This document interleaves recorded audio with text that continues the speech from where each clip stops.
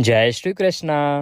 आप सभी को मार्गशीर्ष मास शुक्ल पक्ष मोक्षदा एकादशी की ढेरों शुभकामनाएं। प्रिय दर्शकों, आज के इस वीडियो में हम बात करेंगे कि मोक्षदा एकादशी का व्रत किस दिन करना चाहिए, मोक्षदा एकादशी है किस दिन, सूर्य के मुख से एकादशी किस दिन होगी, उदया तिथि मान के अनुसार किस दिन आपको एकादशी मनानी चाहिए, दशमी वेधा उत्तम है, द्वादशी युक्ता उत्तम है, क्या इस एकादशी का विधान है, व्रत के नियम क्या हैं शास्त्रों के अनुसार, ये एकादशी कितना पुण्य देने वाली है, क्या इस एकादशी की महिमा है, क्या इसका फल है, क्यों ये एकादशी की जानी चाहिए, इस एकादशी का भोग क्या है, मंत्र क्या है, व्रत को करने के नियम क्या हैं, कौन से नियम हैं जो व्रत के एक दिन पहले आरंभ हो जाएंगे और कौन से वो नियम हैं जिनका अनुपालन बहुत आवश्यक है, अन्यथा व्रत पालन का पूर्ण फल प्राप्त नहीं होता है। इस एकादशी का पारण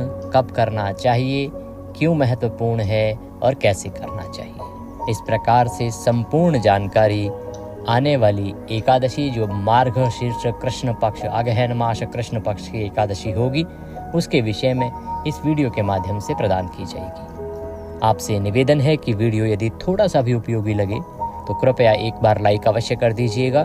परमेश्वर वासुदेव की कृपा प्राप्त करने के लिए कमेंट बॉक्स में अवश्य लिखिएगा जय श्री हरि या ओम नमो भगवते वासुदेवाय। जितना लिखेंगे उतना पाएंगे। आप देख रहे हैं देवभूमि ज्योतिष संस्थान का प्रतिष्ठित यूट्यूब चैनल देवभूमि धार्मिक। हम यहाँ पर सभी व्रत त्योहारों की सही शास्त्रीय जानकारी प्रदान करते हैं। ज्योतिष शास्त्र और पंचांग के आधार पर आपको बताते हैं कौन सी तिथि कब है, व्रत आदि कब करना है, क्या विधि है, क्या नियम है और क्या गलती आपको नहीं करनी चाहिए। यदि आप सभी व्रत और त्योहारों की सही शास्त्रीय जानकारी पाते रहना चाहते हैं, उत्तम कथाएं सुनते रहना चाहते हैं, महात्म्य सुनते रहना चाहते हैं तो कृपया चैनल को अभी सब्सक्राइब कीजिए और बेल आइकन को प्रेस कीजिए। आइए अब जानकारी आरंभ करते हैं, बात करते हैं आने वाली एकादशी की। प्रिय दर्शकों, मार्गशीर्ष मास शुक्ल पक्ष की जो एकादशी हैं वो एकादशी के क्रम में द्वितीय एकादशी कही गई हैं। इनका नाम है मोक्षदा एकादशी। जैसा कि नाम से ही ज्ञात होता है ये मोक्ष प्रदान करने वाली है। यूं तो सभी एकादशियां मनुष्य को मोक्ष देती हैं। सभी एकादशियां मनुष्य का उद्धार करने के लिए और उन्हें वैकुंठ प्रदान करने के लिए ही कही गई हैं कि जो कोई एकादशी का व्रत करता है वह भगवान नारायण को बड़ा प्रिय होता है और भगवान नारायण के आशीर्वाद से उसे मोक्ष की प्राप्ति होती है, उसे वैकुंठ की प्राप्ति होती है। इसीलिए एकादशियों को परम पुण्यदायी और वैकुंठ प्रदायिनी ही कहा गया है। परंतु ये जो आने वाली एकादशी है मोक्षदा एकादशी, ये विशेष रूप से मोक्ष प्रदान करने वाली है। इसकी महिमा मोक्ष के लिए कही गई है।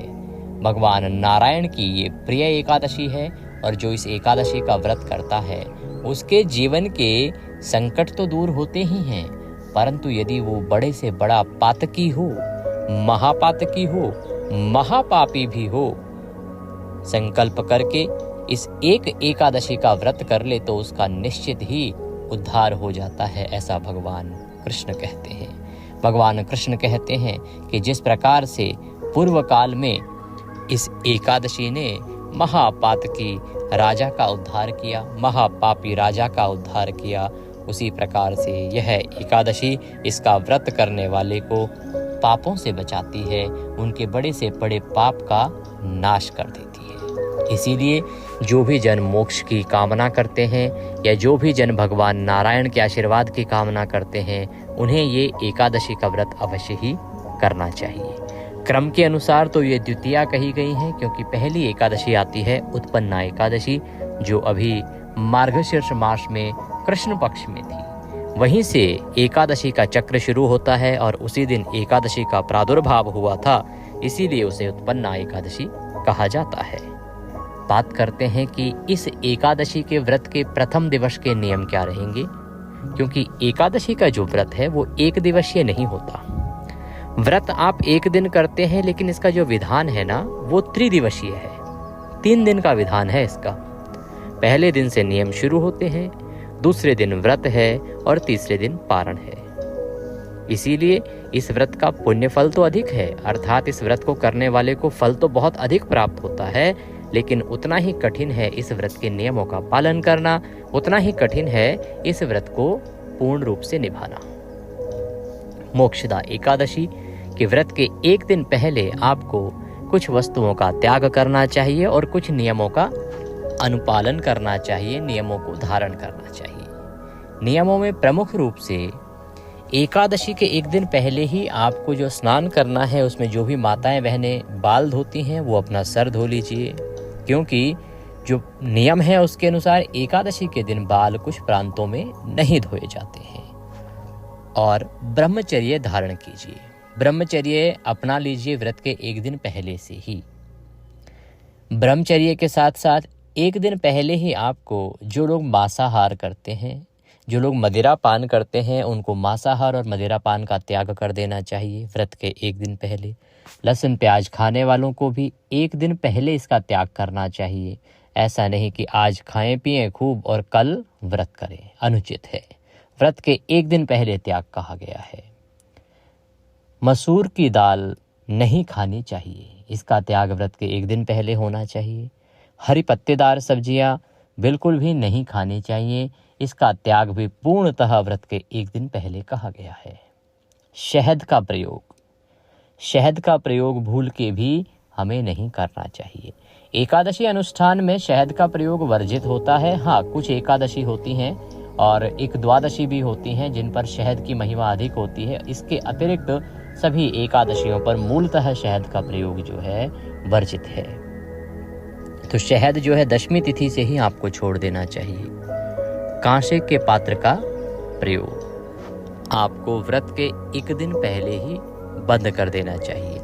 आप एकादशी का जिस दिन व्रत कर रहे हैं उससे एक दिन पहले कांसे की वस्तु का प्रयोग नहीं करेंगे। आपके प्रश्न आते हैं, पंडित जी ये क्या वस्तु होती है और कहाँ इसका प्रयोग करते हैं? तो बहुत सारे स्थानों पर भगवान को भोग लगाने के लिए आज भी कांसे का पात्र प्रयोग किया जाता है। प्राचीन समय की ये धातु है जिससे घंटी घड़ियाल आदि भी बनते हैं ना, वह अगर हम बात करें तो बहुत सारे प्रांतों में तो अभी भी विवाह के समय कांसे के पात्र में ही जो है चेहरा दिखाया जाता है दुल्हा दुल्हन का।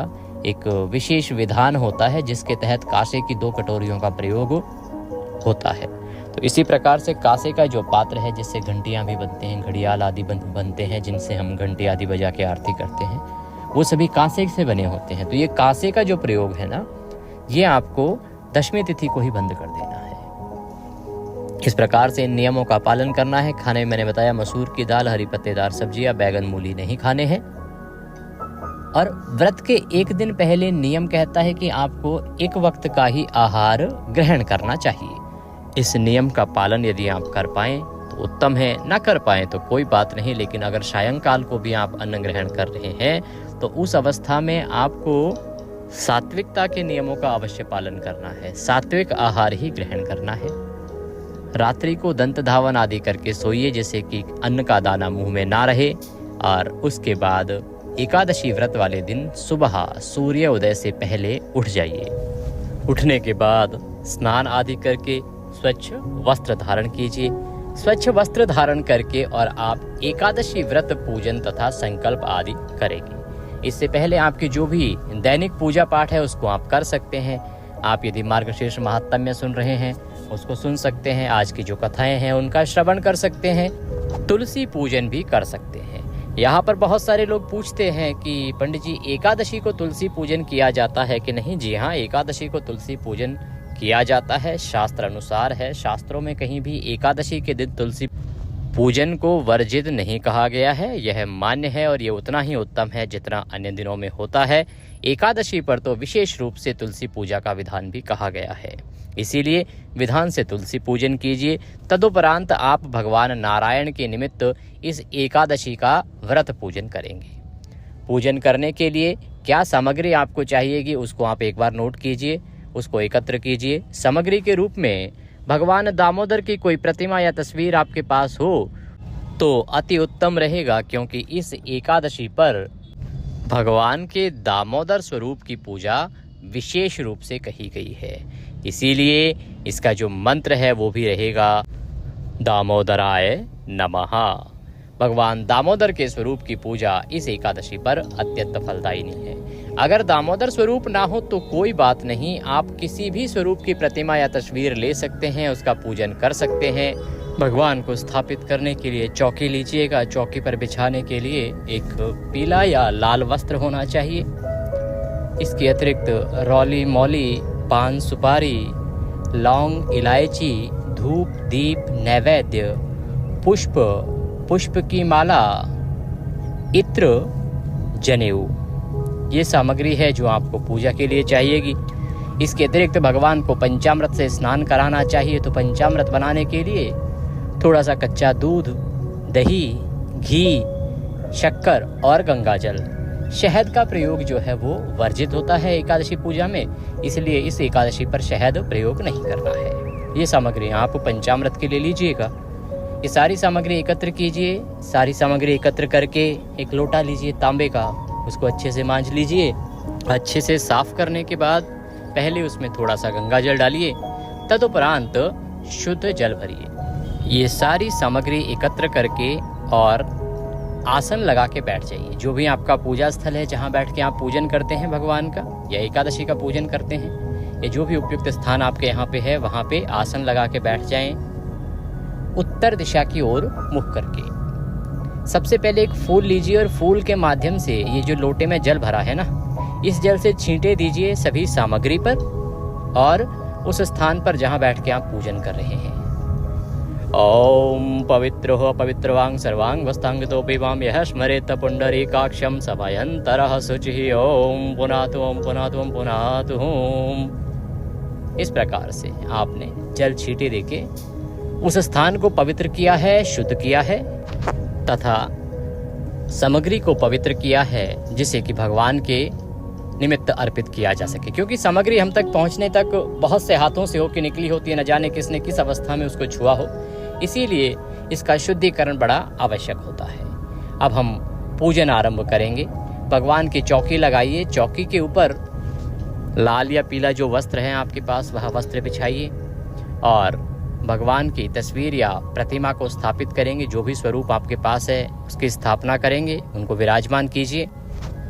दीपक रखेंगे। अगर आप घी का दिया जला रहे हैं तो भगवान के सीधे हाथ की ओर रखिएगा, और अगर आप तेल का दिया जला रहे हैं तो आप भगवान के उल्टे हाथ की ओर रखिएगा।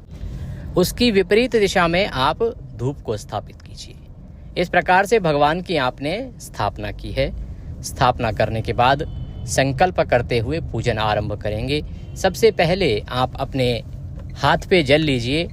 जो लोटे में जल है ना, उसी में से थोड़ा सा जल या तो किसी अन्य पात्र में निकाल लीजिए, क्योंकि ये जो आप आचमनी करने वाले हैं ये आपके लिए है और जो लोटा है वो भगवान की पूजा के लिए है। तो दोनों मिक्स ना हो, इसके लिए या तो अन्य किसी छोटे पात्र में आप थोड़ा सा जल ले लीजिए या इसी में से थोड़ा सा जल दूसरे पात्र में ले लीजिए और सीधे हाथ पे एक चम्मच से जल लीजिए। हाथ धो लीजिए। हस्तो प्रक्षालनम। हाथ धोने के बाद अब आप अपने सीधे हाथ पर एक एक चम्मच जल लीजिएगा, एक एक मंत्र पर, और उसको पी जाइएगा। ओम माधवाय नमः, जल लीजिए, पी जाइए। ओम केशवाय नमः, जल लीजिए, पी जाइए। ओम नारायणाय नमः, जल लीजिए, पी जाइए। ओम ऋषिकेशाय नमो नमः। हस्तो प्रक्षालनम। हाथ धो लीजिए। हाथ धोने के बाद अपने आप को तिलक कीजिए, मौली बांधिए। पारिवारिक जन यदि बैठकर पूजन कर रहे हैं तो उन्हें भी तिलक कीजिए, मौली बांधिए और सामने रखे हुए घी के दिए या तेल, जो भी दिया आपने रखा है, उस दीपक को प्रज्वलित कीजिए। धूप को प्रज्वलित कीजिए। धूप दीप प्रज्वलित करके आप व्रत पूजन का संकल्प करेंगे। संकल्प करने के लिए अपने सीधे हाथ पर जल लीजिए, पुष्प लीजिए। 1 रुपये का सिक्का दक्षिणा के रूप में कम से कम रखिए, अधिक जो भी आप रखना चाहें वह रख सकते हैं। 3 बार बोलिए ओम श्री विष्णु, ओम श्री विष्णु, ओम श्री विष्णु। अपना नाम, अपना गोत्र, जिस स्थान पर बैठकर संकल्प कर रहे हैं वहां का मकान नंबर, क्षेत्र का नाम, शहर का नाम। मार्गशीर्ष मासे शुक्ल पक्षे एकादश्यायां पुण्यतिथियो आयु आरोग्यता प्राप्त्यार्थाय सुख संपत्ति प्राप्त्यार्थाय भगवान विष्णु प्रसन्नार्थाय एकादशी व्रत पूजन संकल्पम संकरिष्ये। बोलिए सौ श्री विष्णु शरणौ शरणम प्रपद्ये। और यह संकल्प भगवान के चरणों में अर्पित कर दीजिए। संकल्प करने के बाद भगवान का पूजन आरंभ करेंगे। भगवान को एक एक मंत्र पर एक एक चम्मच जल अर्पित कीजिएगा। भगवान के सामने कोई पात्र रख दीजिए, कोई कटोरी आदि रख दीजिए, उसमें जल अर्पित कीजिएगा। ओम भूर्भुवः श्री दामोदराय नमः। एकादशी व्रत पूजन अंतर्गते श्री दामोदर निमित्तार्थाय पद्यम समर्पयामि। पद्य के रूप में 1 चम्मच जल अर्पित कीजिए। ओम भूर्भुवः श्री दामोदराय नमः। अर्घ्यम समर्पयामि। अर्घ्य के रूप में 1 चम्मच जल अर्पित कीजिए। ओम भूर्भुवः श्री दामोदराय नमः। आचमनीम समर्पयामि। आचमनी के रूप में भगवान को 1 चम्मच जल अर्पित कीजिए। पद्य अर्घ आचमनी कराने के बाद भगवान को स्नान के लिए जल अर्पित करेंगे। फूल है तो फूल से आप स्नान करा सकते हैं जल के छींटे देके। आपके पास प्रतिमा है तो शंख में जल भरिए और उससे भगवान को स्नान कराइए। बड़ा ही कल्याणकारी है साहब। इसकी महिमा बहुत अद्भुत कही गई है शास्त्रों में। मार्गशीर्ष मास और उसकी भी एकादशी अनंत फल देने वाली है। तो स्नान कराइए भगवान को। मंत्र वही रहेगा। जल भर लीजिए शंख में या आप पुष्प से छींटे दीजिएगा। ओम भूर्भुवः श्री दामोदराय नमः। दामोदराय नमः। दामोदराय नमः। दामोदराय नमः। दामोदराय नमः। शंख से ये मंत्र बोलते हुए स्नान कराइए।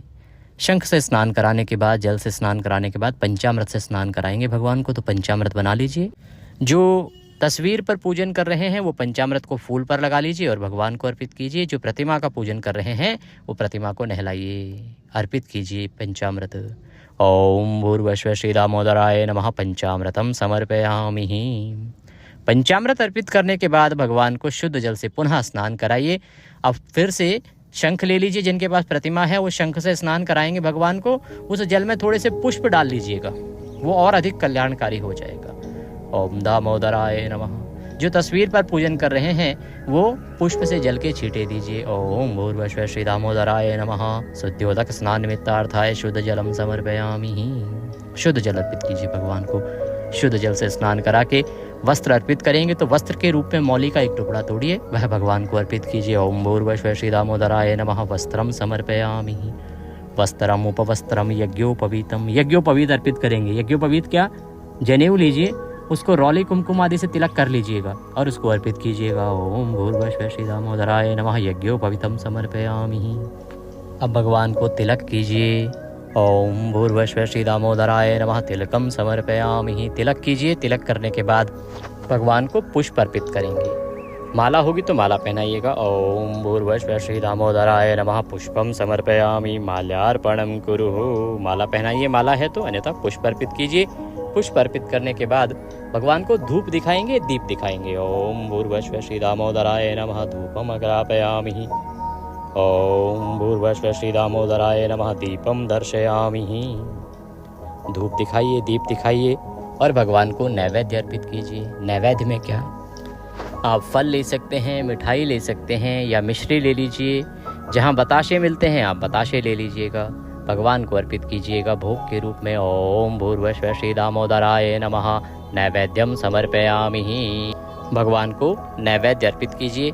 फिर जलाचमनी कराएंगे। जलाचमनी कराने के लिए 1 चम्मच जल लीजिए, भगवान को अर्पित कीजिए। ओम भूर्भुवः श्री दामोदराय नमः। जलाचमनीम समर्पयामि। जलाचमनी कराइए भगवान को। जलाचमनी करा के तांबूल अर्पित करेंगे। तांबूल के रूप में पान का पत्ता लीजिए, उस पर 2 लौंग, 2 इलायची और 1 सुपारी रखिए और वह तांबूल बना के अर्थात पान का बीड़ा बना के अर्पित कीजिए। या आप बना बनाया मीठा पान भी भगवान को अर्पित कर सकते हैं। ओम भूर्भुवः श्री दामोदराय नमः। तांबूलम समर्पयामि। तांबूलम पूंगी फलम शुभ दक्षिणायाम शुभदो वरदो भवः। जो भी दक्षिणा आप अर्पित करना चाहते हैं भगवान को वह दक्षिणा अर्पित कीजिए। ओम भूर्भुवः श्री दामोदराय नमः। शुभ दक्षिणायाम समर्पयामि। दक्षिणा अर्पित कीजिए भगवान को। दक्षिणा अर्पित करके हाथ जोड़ के नमस्कार कीजिए और अब आप बैठ के आराम से कथा सुनिए। एकादशी की पुण्यदायिनी कथा, मोक्षदा एकादशी की कथा आपको हम अपने चैनल पर सुनाएंगे, उसका श्रवण कीजिए। साथ में विष्णु सहस्त्र नाम अवश्य सुनिएगा। ये बड़ा आवश्यक भी है और बहुत ही महत्वपूर्ण भी होता है। इससे आपका एकादशी पुण्यफल कई 1000 गुना अधिक बढ़ जाता है और एकादशी पर विष्णु सहस्त्र नाम आपको अवश्य सुनना चाहिए। तो विष्णु सहस्त्र नाम भी हम कथा के साथ आपके लिए अपलोड करेंगे, उसका श्रवण कीजिएगा, आरती कीजिएगा। आरती करके नियमों के अनुसार दिन को व्यतीत कीजिएगा। नियमों में ब्रह्मचर्य का पालन करना, किसी का बुरा नहीं करना, अहित नहीं करना, अपशब्दों का प्रयोग नहीं करना और भगवान के चरणों में मन को लगाते हुए दिन को व्यतीत कीजिए। सायंकाल को कीर्तन की महिमा है, कीर्तन सुनिएगा। कीर्तन के निमित्त भी हम वीडियो अपलोड करेंगे। अगर आप कहीं कीर्तन में ना जा पाएं तो केवल आप उसको सुन लें, उससे भी आपको कीर्तन का फल प्राप्त होगा। रात्रि जागरण की महिमा है, रात्रि जागरण भी स्तोत्र सुनते हुए ही करना चाहिए, तो उसके लिए भी पाठ और स्तोत्र उस वीडियो में उपलब्ध होंगे। आप रात्रि जागरण कीजिएगा उनको सुनते हुए। रात्रि जागरण करने के बाद अगले दिन सुबह सूर्योदय से पहले उठ जाइएगा। रात्रि जागरण कम से कम 1 बजे तक करें, अधिक जितना कर पाएं उतना अच्छा है। अगले दिन पारण के लिए सूर्योदय से पहले उठ जाइएगा, स्नान आदि करके स्वच्छ वस्त्र धारण करके पारण की पूजा कीजिएगा। जो पारण के निमित्त दान पुण्य के कर्म है उनको कीजिएगा और उसके बाद आप अपने व्रत का पारण कीजिएगा। अब बात करें कि ये व्रत करना कब है, तो प्रिय दर्शकों, इस वर्ष 2025 में मार्गशीर्ष मास के शुक्ल पक्ष की मोक्षदा एकादशी तिथि की शुरुआत हो रही है 30 नवंबर को रात को 9:29 पर और इसका समापन होगा 1 दिसंबर की रात को 7:01 पर। ऐसे में उदया तिथि मान के अनुसार 1 दिसंबर को एकादशी रहेगी और द्वादशी युक्ता भी है, इसीलिए 1 दिसंबर को ही इस मोक्षदा एकादशी अर्थात मार्गशीर्ष शुक्ल पक्ष एकादशी का व्रत किया जाएगा। एकादशी के जो नियम है वो भी इसी दिन पालन कर रहे हैं आपको। साथ ही एकादशी पर प्रिय दर्शकों इस बार भद्रा का साया कहा जा रहा है। हाँ, ये सच है कि इस दिन भद्रा है, लेकिन एक बात का ध्यान दीजिएगा कि ये जो एकादशी है मोक्षदा एकादशी, इस पर इस भद्रा का कोई प्रभाव नहीं रहेगा। इसकी पूजा पाठ में कोई रुकावट नहीं रहेगी।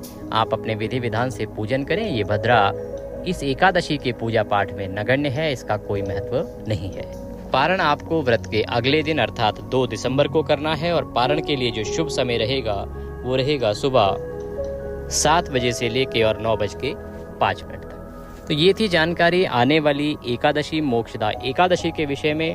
कुछ और महत्वपूर्ण जानकारियां होंगी जो मैं अगले वीडियो में और प्रस्तुत करूंगा, क्योंकि कुछ चीज़ें हो सकता है कि इस बार छूट गई हों। वीडियो भी मैंने छोटा बनाने का प्रयास किया है, तो अगला वीडियो जो एकादशी का आएगा उसमें और इसके भोजन से संबंधित क्या आहार लें क्या ना लें उससे संबंधित जानकारियां और अन्य जो मुहूर्त हैं उनके संबंधित जानकारियां भी मैं प्रस्तुत करूंगा। कुछ और पूछना चाहें कहना चाहें कमेंट बॉक्स में लिख के पूछ लीजिएगा।